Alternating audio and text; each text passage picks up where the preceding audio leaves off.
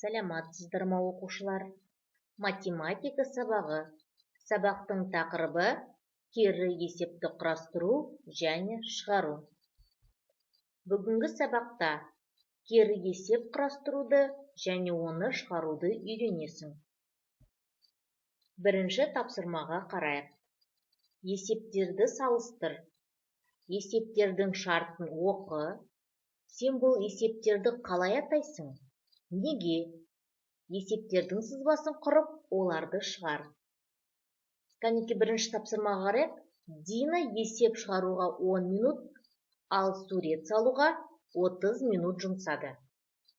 Дина сабақ оқуға барлығы неше минут жұмсады? Сен бірінші есепті қандай амалмен шығардың? Кәнеки бірге жасап көрейік. Сызба сызайық. Сонымен бізде не белгілі? Бөліктері белгілі екен, иә? Яғни, бірінші бөлік, яғни есеп шығаруға ол 10 минут, және де сурет салуға 30 минут жұмсады. Міне, қарайық бәрімізде. 10 минут, ал сурет салуға ол 30 минут жұмсады. Енді бізге айтады, Дина дейді, сабақ оқуға барлығы неше минут уақыт жұмсады. Яғни бізге нені табу керек? Барлығын. Бұл жерде біз сіздермен не істейміз барлығын табу үшін? 10-ды 30-ға қосамыз. Дұрыс айтасыңдар. Сонда Дина сабақ оқуға барлығы 40 минут жұмсады. Келесіні көрейік. Дина 40 минут сабақ оқыды. Ол 30 минут сурет салды. Ал қалған уақытты есеп шығаруға жұмсады. Дина есеп шығаруға неше минут жұмсады? Енді жаңағы шығарған есебімізден біз кері есеп шығарамыз, дұрыс айтасыңдар. Яғни 40 минуттан 30 минутты азайтамыз, тем болады 10 минут. Сонда Дина есеп шығаруға 10 минут жұмсады.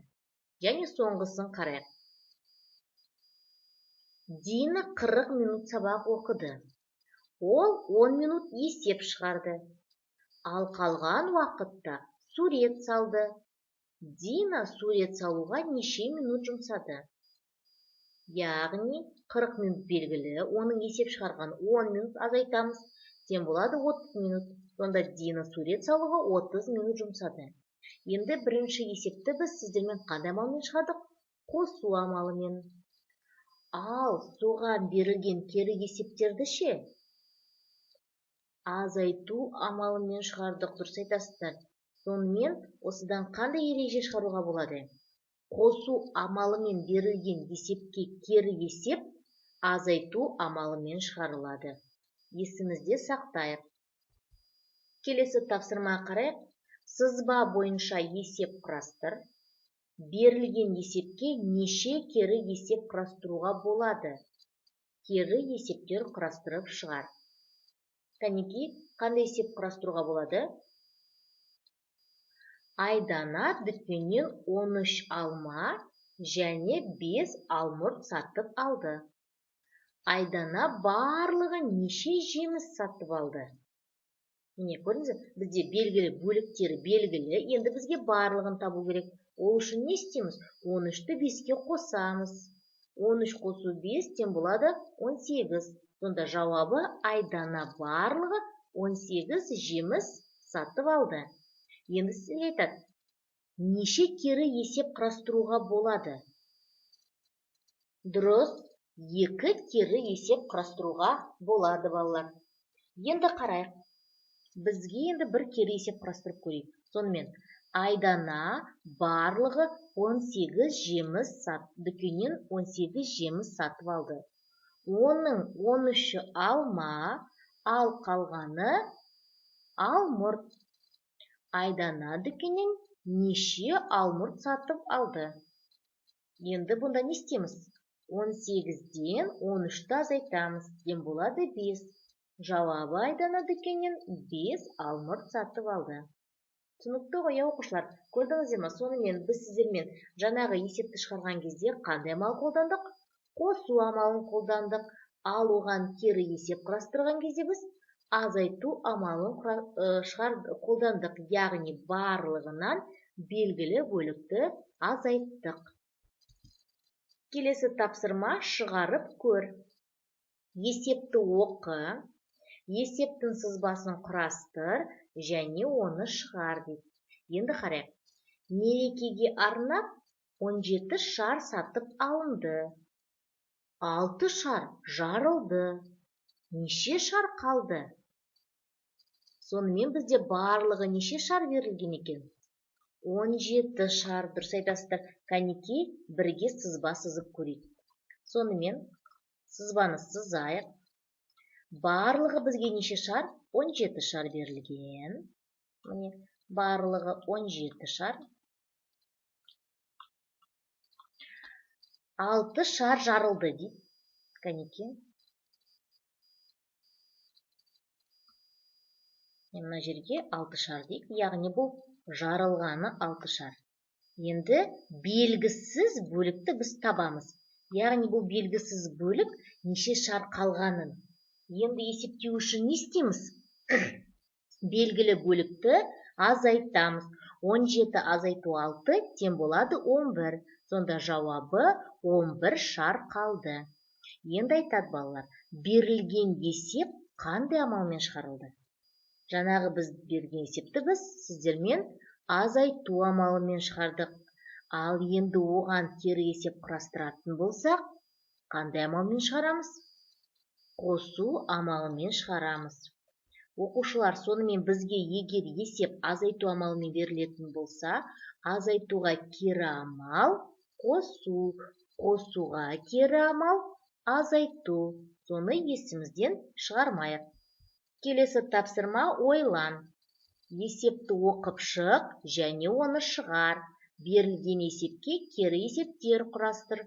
Оларды шығаруға арналған сызбаларды таңда. Енді кәнекей көрейік. 5 бала мысық асырайды. Ал 14 бала ит асырайды. Қанша балада үй жануары бар дейді. Сонымен 5 бала мысық, 14 бала ит асырайды. Қанша балада үй жануары бар дейді. Яғни не істейміз? 14-ті 5-ке қоссаңыз, тең болады 19. Сонда жауабы 19 балада үй жануары бар. Енді қарайық, осы есепке келетін сызба бар ма? Әрине бар. Қайсы екен? Ол А сызбасы. Ал енді кері есеп құрастырып көрейік кәнекей. Мысалы, қандай кері есеп құрастыруға болады? 19 балада үй жануары бар. 5 бала мысық асырайды, ал бірнеше бала ит асырайды. Неше бала ит асырайды? Не істейміз? 19-дан 5-ті азайтамыз. Тең болады 14. Ал жаңағы біз сіздермен құрған кері есепке сәйкес келетін сызба бар ма? Әрине бар. Ол В сызбасы. Көрдіңіздер ғой? Біз жаңағы сіздермен бірінші есепте қосу амалын пайдаландық. Ал қосу амалыға өзара, яғни кері амал бізде қандай? Азайту амалы. Сонымен балалар, азайту амалымен берілген есепке кері есеп қосу амалымен шығарылады. Түсінікті ғой, иә? Енді дәптермен жұмысқа көшейік. Есептің шартын оқы және оны шығар. Есепті сан мәндермен толықтырып, кері есеп құрастыр. Кері есептің шешуі мен жауабын жаз. Бірінші тапсырма. Самат марка жинап жүр.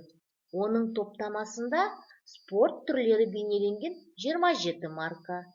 Жануарлар бейнеленген 8 марка бар. Саматтың топтамасында барлығы неше марка бар? Кәне көрейік, сонымен шешуі 27 қосу 8 тең болады 35. Жауабы 35 марка бар. Екіншісін көрейік. Енді бұл жерде біз сан мәндерін толықтырамыз.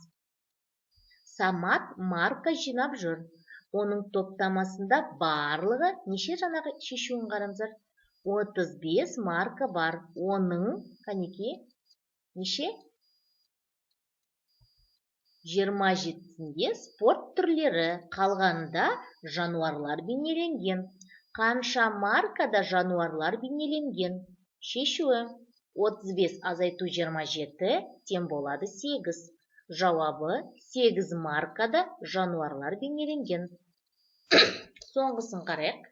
Самат марка жинап жүр. Оның топтамасында 35 марка бар. Оның 8-інде жануар, ал қалғанында спорт түрлері бейнеленген. Қанша маркада спорт түрлері бейнеленген? Шешуі: 35 азайту 8 тең болады 27. Жауабы: 27 маркада спорт түрлері бейнеленген.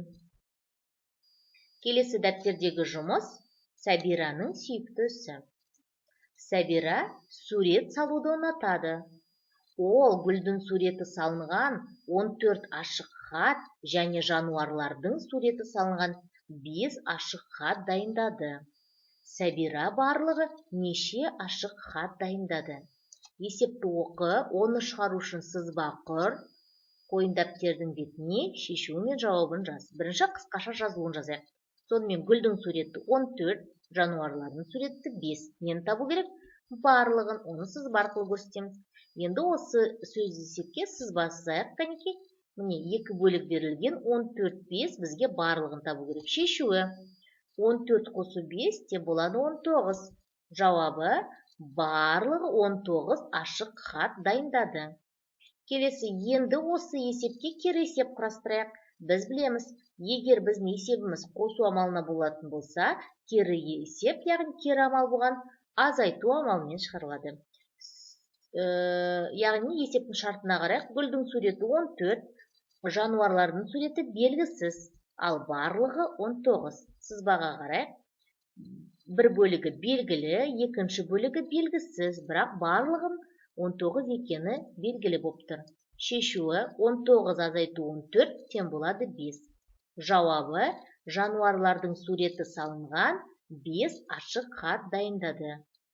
Оқушылар, сіздерге сабақ түсінікті болды деп ойлаймын. Осымен сабағымыз аяқталды. Сау болыңыздар.